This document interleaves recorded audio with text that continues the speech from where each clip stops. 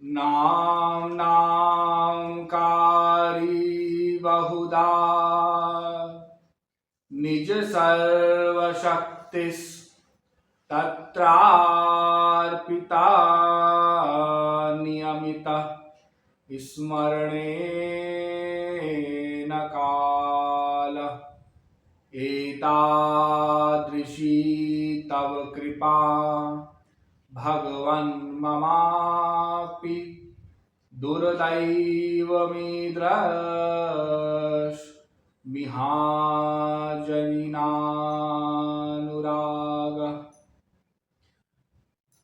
नमः कमलनाभाय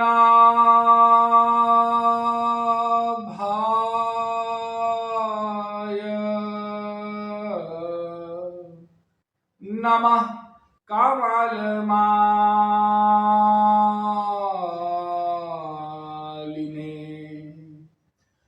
नमः कमलपादाय नमस्ते कमलेक्षण यो ब्रह्माणं विदधाति पूर्वं यो वै वेदांश्च प्रहिणोति तस्मै ताहं देवमात्मबुद्धिप्रकाशं मुमुक्षुर्वै शरणमहं प्रपद्ये। श्री कृष्णचंद्र चरणारविंद मकरंद मिलिंद महानुभाव, पिछले प्रवचन में मैंने आप लोगों को यह बताया था कि भगवान को कोई भी जीव नहीं जान सकता अपनी इंद्रियों द्वारा, अपने मन द्वारा और अपनी बुद्धि द्वारा। क्यों? इसलिए कि भगवान इंद्रिय मन बुद्धि से परे है। परे माने आगे। मैंने इसके लिए वेदों से आप लोगों को समझाया, जिन्होंने नहीं सुना सुन लेंगे। तो भगवान इंद्रिय मन बुद्धि से परे है, वो इंद्रिय मन बुद्धि का प्रकाशक है, प्रेरक है, धारक है और साथ में दो विरोधी धर्मों का अधिष्ठान भी है। मतलब छोटे से छोटा है, बड़े से बड़ा है, अड़ोरड़ियान महतो महियान, और ना छोटा है ना बड़ा है, समस्त इंद्रियादिकों से संपन्न है और इंद्रियादि से रहित भी है, अजन्मा भी है, अनंतानंत जन्म भी उसके होते हैं। वो सृष्टि करता है सोचने मात्र से। वेद कहता है सो कामयत बहुश्याम प्रजा ये थी सा तपोतप्यत सा तपस्तप्त्वा सर्वं सृजत स ईच्छत स ईच्छान चक्रे तत्सृष्ट्वा तदेवानुप्रावित। सब सृष्टि किया, उसमें प्रवेश कर गया। और वेद कहता है कि वो कुछ नहीं करता। हाँ, अनंतश्चात्मा विश्व रूपो या करता अकर्ता है वो। त्रयम यदा विन्दते ब्रह्म में तत्। लो, अब ऐसे भगवान को कोई भला कैसे जाने? हाँ, तो दो विरोधी धर्मों का अधिष्ठान है, दूर भी है, निकट भी है, सब मैंने कोट किया उस दिन। लेकिन अब भगवान को प्राप्त करना है, ये मैंने पहले दिन बताया था लक्ष्य में। क्योंकि बिना भगवान को प्राप्त किए तो हमारा लक्ष्य सिद्ध होगा नहीं, आनंद प्राप्ति होगी नहीं। तो भगवान को कैसे प्राप्त किया जाए? हाँ, कैसे जाना जाए? क्या आज तक किसी ने भगवान को जाना ही नहीं, पाया ही नहीं? ऐसा तो नहीं है। अरे अनंत संत हो चुके हैं, जैसे अनंत जीव पेंडिंग में है, ऐसे अनंत संत भी हैं। हाँ, तुलसीदास, सूर, मीरा, कबीर, नानक, तुकाराम, ये ऐसे इन्हें गिने बस नहीं है, और अनंत हैं, हो चुके, भगवान के दिव्य धाम में हैं। तो उन्होंने भगवत प्राप्ति कैसे की, कैसे जाना, कैसे प्राप्त किया? कोई ना कोई तो मार्ग होगा। हाँ, देखो मार्ग के विषय में तो बाद में बताएंगे, लेकिन पहले ये जानो कि भगवान की प्राप्ति होगी कैसे। देखो जब इंद्रिय मन बुद्धि हार गई, हाँ बोल दिया ना हम न यूयम नदिताम गतिम विदुर, अरे ब्रह्मा जी भी नहीं जानते, शंकर भी नहीं जानते, लेकिन जो भगवान जिसको जना देंगे वो जान सकता है। गीता में भगवान ने बड़ा सुंदर कहा, देखो तत्प्रसादात् पराम शांतिम स्थानम प्राप्स्यसि शाश्वतम। हे अर्जुन, मेरी कृपा से मैं जाना जाऊंगा। हाँ, मेरी कृपा होनी चाहिए, वो जान सकता है। अच्छा, अपने आप कोई नहीं जान सकता। रामायण में भी कहा, सोई जानई जेहि देहु जनाई, जानत तुम्हारी वै जाई, तुम्हारी कृपा तुम्हारी रघुनंदन, जानत भगत भगत उर चंदन। एक तरफ तो कहा राम कृपा बिनु सुनु खगराई, जानी न जाई राम प्रभु ताई।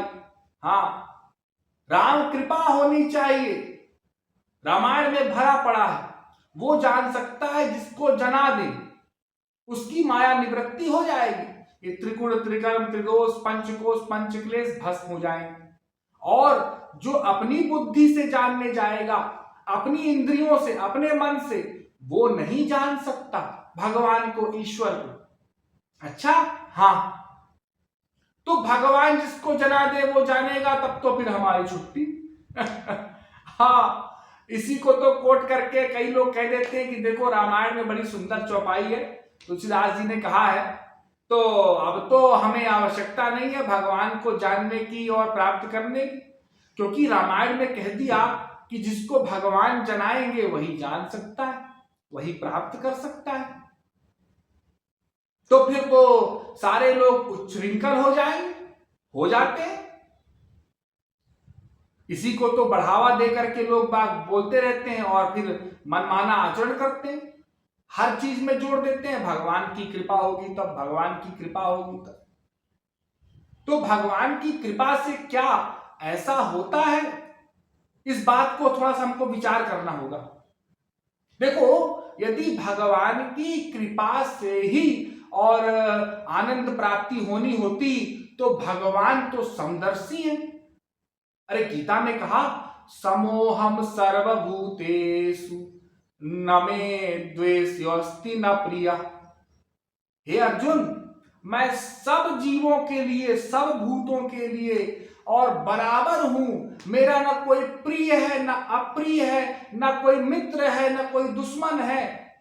मेरी किसी से ईर्ष्या द्वेष नहीं है, सब मेरे लिए बराबर हैं, चाहे चींटी हो, चाहे कोई देवता हो। अच्छा, सब पर मोर बराबर दाया। भगवान की सब पर बराबर कृपा है। भगवान किसी के साथ भेदभाव नहीं करते, सबके कर्म के अनुसार उसको फल देते हैं। सबके अंदर बैठे हैं, उसके कर्म नोट करते हैं। ये नहीं कहते मैं चींटी के अंदर नहीं बैठूंगा जी, मैं हाथी के अंदर बैठूंगा।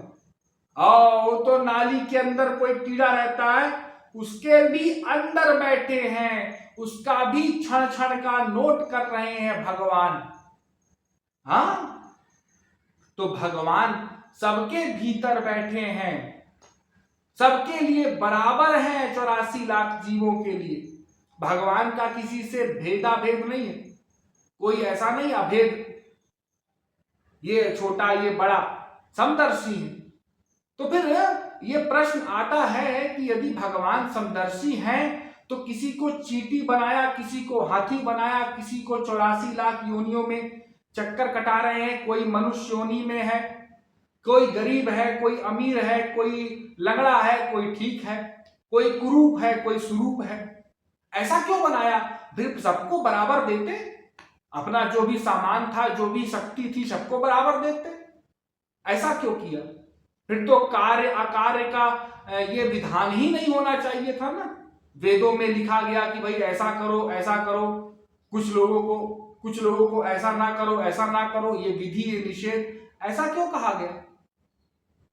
फिर तो भगवान ही करते, भगवान ही भोगते, और जब सब कुछ भगवान ही कर रहे हैं, भगवान के ही करने से हो रहा है, तो हम क्यों भोग रहे हैं? हम क्यों भोग रहे हैं भाई? अरे ऐसा तो संसार में भी नहीं होता कि राम खाना खाए और श्याम उल्टी करे, ऐसा नहीं होता। तो भगवत क्षेत्र में ऐसी घपड़ सपड़ कैसे हो सकती भला? इसका अभिप्राय यह है कि कर्म का महत्व तो है, बिना किए कुछ प्राप्त नहीं होता। हाँ, तो फिर ये क्या कह दिया गया कि कृपा से होगा? अभी कृपा कहां से आ गई? यदि कुछ देने पर कुछ मिला तो फिर ये तो लेन देन हो गया, व्यापार हो गया। जैसे संसार में होता है कि आप बनिया के दुकान में गए, आपने 20 रुपए दिया, उसने आधा किलो शक्कर तौल के दे दिया, ये तो व्यापार हो गया ना। हाँ, तो फिर इसमें कृपा कहां से आई कि कृपा किया? और हर जगह कृपा कृपा कृपा, देखो हर जगह भगवत कृपा। अब मोहि भरोस हनुमंता, बिनु हरि कृपा मिला ही नहीं संता। रजत सीप महाभास जिमि यथा भानु करवाई, तदपि मृषाति हूँ काल मह भ्रम न सकई को उतारी। जासु कृपा अस भ्रम मिट जाई, गिरिजासो कृपालु रघुराई। हाँ, अरे सत्संग के विषय में भी, बिनु सत्संग विवेक न होई, राम कृपा बिनु सुलभ न सोई। तो ये कृपा शब्द का प्रयोग किया जा रहा है बार बार, और फिर यहां पर आपने कहा कि कर्म का भी महत्व है, इंपॉर्टेंस। वो देखो ऐसा है, ऐसा समझो कि कोई भिखारी राजा के दरबार में जाए, हाँ, और राजा ने उसको कहा कि हम तुमको 1 करोड़ ये हीरे मोती की ये मोहरे देंगे, 1 करोड़, तुम्हारे पास जो भी हो वो दे दो दरबार में। अब वो अचकचाए कि अरे ये तो राजा साहब ने सब कुछ मांग लिया हमारा, हाँ, वो ना चाहे या वो दे दे तो ये क्या है? और फिर राजा साहब उसको दे दें तो ये कृपा ही तो मानी जाएगी ना। हाँ, कृपा मानी जाएगी भाई, उसके पास था क्या, दस्ती पंजी थी, वो उसने दे दिया 2-4 ऐसे पैसे रुपए, और इतने सारे उसको रुपए मिल गए, ये कृपा नहीं तो और क्या कहेंगे भला? अब कोई भिखारी कहे कि नहीं मैंने सब कुछ दे दिया, अरे मूर्ख तेरे पास था ही क्या? ठीक वही हाल है हमारा। हमसे भगवान क्या चाह रहे हैं, क्या मांग रहे हैं? दैवी एषा गुणमयी मम माया दुरत्यया, मामेव ये प्रपद्यन्ते माया में तांतरन्ति ते। अरे तू केवल मेरी शरण में आ जा, बस। मामेकमेव शरणमात्मानं सर्वदेहिनां, एकमात्र जीव मेरी शरण में आ जाए बस। सर्वधर्मान परित्यज्य मामेकम शरणं व्रज, गीता भरा पड़ा है। एकमात्र जीव मेरी शरण में आ जाए, सब धर्मों का परित्याग करके तो मैं सब कुछ अपना लुटा देता हूं। भगवान कह रहे हैं सब कुछ दे देता हूं। जैसे देखो नवजात शिशु होता है, नवजात शिशु वो मां के शरण में रहता है, उसको कुछ नहीं आता, उसको कुछ पता ही नहीं, ना भाषा का ज्ञान, ना कोई इशारा जानता है। अब उसको भूख लगे तो रोवे, प्यास लगे तो रोवे, मच्छर काटा तो रोता है, पेट में पीड़ा है तो रोता है। अब उसकी मां समझे कि भाई क्या बात है, वो क्यों रो रहा है, क्या कारण है, हाँ, मां समझेगी। तो मां समझे रो रहा है क्यों, उसको देगी खाना पीना, जो भी उसकी व्यवस्था है, जो भी उसको समझ में आएगा। तो पूर्ण शरणागत है तो मां पूरा पूरा ख्याल करती है, रात्रि में भी ख्याल करती। अरे रो रहा है, कहीं बीमार ना हो जाए, कहीं मर ना जाए, लो चिंता, हर समय चिंता। अब जैसे जैसे बालक कुछ कुछ करने लग जाता है, मां की चिंता वैसे वैसे कम होती चली जाती। और जब बालक सब कुछ करने लग जाता है तो माँ सब कुछ छोड़ देती है और माँ निश्चिंत हो जाती है। वैसा ही है शरणागति मालूम। यो ब्रह्मांडम विदधाति पूर्वम यो वै वेदांश प्रहिणोति तस्मै ता देवमात्म बुद्धि प्रकाशम मुमुक्षुर वै शरणमहं प्रपद्ये। वो बुद्धि में भगवान प्रकाश करता है, जीव में प्रकाश करता है, उसकी शक्ति से सब कुछ होता है। तो भगवान की शरण में कहने का तात्पर्य है, सारांश, हमें जाना होगा, जैसे हैं वैसे जाना होगा, सब कुछ अपना देना होगा, तब भगवान की कृपा होगी, तब भगवान अपना सब कुछ देंगे। वो परमानंद, दिव्यानंद, वो माया निवृत्ति करा देंगे। ये सब 84 लाख बंधनों से मुक्ति हो जाएगी। और जब तक हम अपना दबाए रहेंगे, छुपाए रहेंगे कि नहीं हम नहीं देंगे, नहीं देना चाहते, तब तक भगवान कृपा नहीं करेंगे। अरे कृपा करते हैं, प्रहलाद वाला किस्सा तो सुना ही होगा। हाँ, वो भागवत में भगवान से ने कहा कि चलो भाई बैकुंठ, उन्होंने कहा कि नहीं मैं नहीं जाऊंगा, तो ये सब मेरे यहाँ पर राज्य में मेरे से बड़ा प्रेम करते हैं, इनको भी आज्ञा मिले। मैं कहा जा पूछ लो जो चलना चाहे। प्रहलाद गए बड़े कॉन्फिडेंस से कि हाँ भाई भगवान में के धाम ले चलना है, मैं तो मेरा तो बड़ा नाम हो जाएगा, और जो है कि सब वाह वाह करेंगे कि भाई मेरे को ले जा रहे।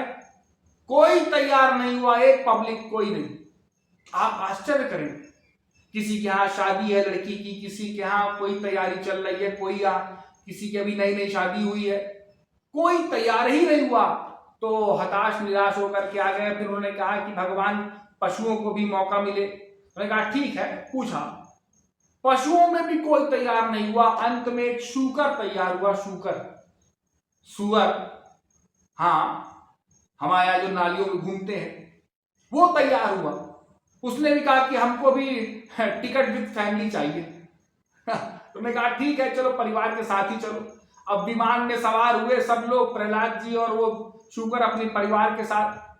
विमान बीच रास्ते में पहुंचा तो शूकर ने प्रश्न किया, अरे मैं एक चीज तो पूछना भूल ही गया। उन्होंने कहा क्या, पूछो। उन्होंने कहा अरे वो मेरा जो खाद्य पदार्थ है वो क्या खाता है, विष्ठा।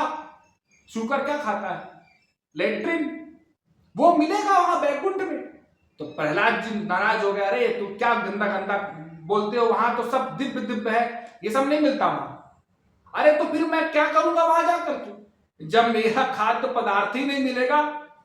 अरे तो दूसरे पदार्थ रहेंगे, अरे मैं वो सब नहीं खाता, मैं वही खाता हूँ, अरे मेरे को वापस छोड़ दो।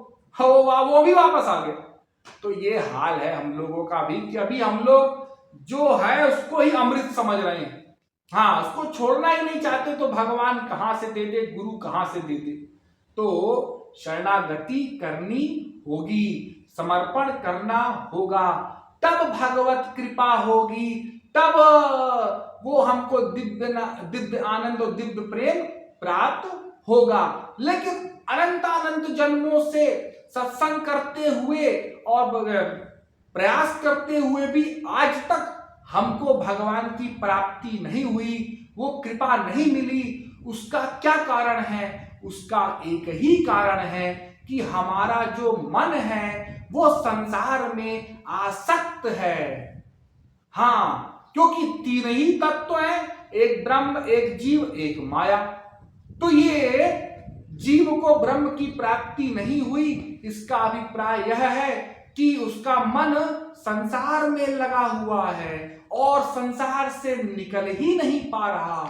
तो पहले संसार के स्वरूप को समझना होगा विस्तार से, उसके पश्चात हम संसार से मन को हटा करके भगवान में लगा पाएंगे। जब तक समझेंगे नहीं कि संसार क्या है, मैं कौन हूं, मेरा क्या है, तब तक बोध नहीं होगा और तब तक हमारा डिसीजन पक्का नहीं होगा। तो अगले सत्संग में हम इस विषय पर चर्चा करेंगे। अभी के लिए इतना ही। बोलिए वृंदावन बिहारी लाल की।